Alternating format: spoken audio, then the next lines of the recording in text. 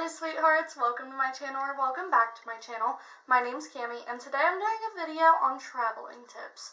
So one of the most important things to me is traveling, and over the last few years of my life I've learned a lot about traveling, whether it's traveling by myself or taking an airplane, or different tips and tricks to use in larger cities that you might not be aware of. If you're going to explain all of these different tricks and tips, and they might help you out in the future. So let's go ahead and get into it. Basically, when you're traveling in general, I like to wear comfy clothes and comfy shoes, mainly shoes that I can walk in, because if you're going throughout an airport or if you know that you're going to be walking places as soon as you arrive, it's best if you're already prepared for that. Also, dress kind of comfortably. When it comes to style, I don't really worry about it. Dress in something that can either be useful if it's hot or cold.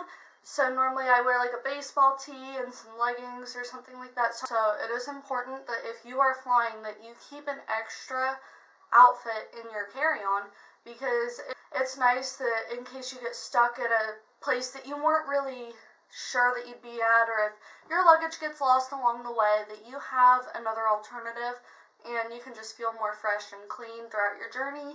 If you are traveling out of the country, you are going to need a passport. And I am from the United States, as most of you may know, and I do have a U.S. passport book. It is important to get the book and not the card, because if you are traveling via air, you are not going to be able to use a card. So I have my passport book. But I also have this nice little cover. It's Vera Bradley.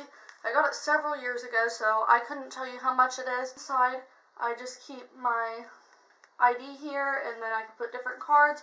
But what I like most about this is there's this big pocket here, and I normally keep my boarding pass in there, my train ticket, things like that, so that they're all right together for my passport, so that when they ask for boarding passes and passport or ID, you just have it all in one place.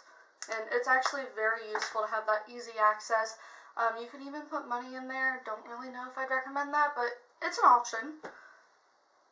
So my next travel tip is that when you're packing your suitcase, no matter where you're going, if you're flying or driving someplace, I recommend getting some space bags. Now, I got these from the Dollar Tree. They just make everything compact and a lot smaller. It makes it easier for organizing things and traveling. I've already used these. You can reuse them over and over again, but I'm just going to go ahead and show you what one looks like. So they're very big, and basically you just fill it up with all of this different stuff that you want, and then you open up this little lid, and then you put your hose to the vacuum on it, and it suctions it all together. If you are packing clothes, they might be a little bit wrinkly, so I also recommend some of this Downy Wrinkle Release.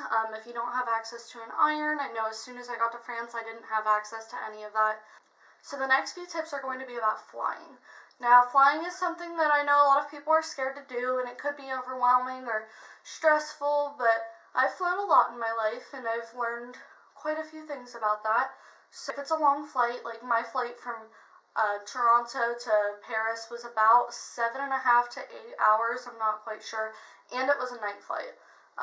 That was nice because I got to be able to sleep and things like that, but if you can't get a night flight, it's no big deal. They normally accommodate you in ways such that you can relax on the plane. For example, they gave us all free travel blankets and travel pillows just so that we could go to bed, and then you're also fed on the flight. Snacks, make sure you buy a huge bottle of water, because you want to stay hydrated.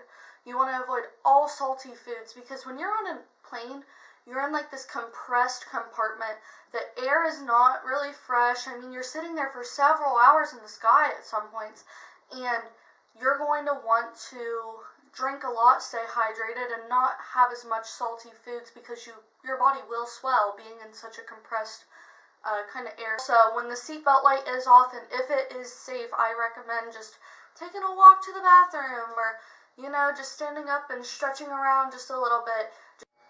So if you are in a foreign country, I recommend that you go ahead and try to get to learn the language. It's just respectful, if you ask me, and it will help you out in the long run. So make sure you learn some manners, like please, thank you, excuse me, pardon me, you're welcome, different things like that. Different greetings on how to say hello and goodbye, and also some important phrases like, how do I find this, or where is that, is it near or far, Can you help me? I am lost. Different things like that. So if you do a quick Google search or anything like that, or a YouTube search, you can easily find other videos of people teaching manners and the target language that you are going to be working with. Also, this is very important if you are allergic to food. I recommend you get to know vocabulary, because in a lot of airports and things like that, it is in the target language and sometimes English and sometimes another language.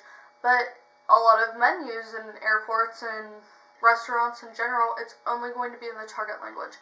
So if you are allergic to a certain food, you need to know what that is so that you can avoid ordering it in different food. So for example, if you are allergic to nuts, you would want to know that in French, it is called noisette. And that's important. If you're allergic to fish, you would want to know it's called poisson.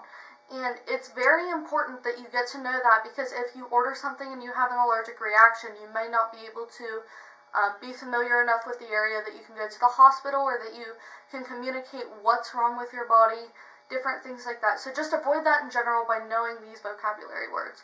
With all of that being said, this is basically the end of my tips and tricks video on how to travel safer and how to have a better traveling experience. So if you have any comments or any other tricks and tips that I left out, you can comment that below.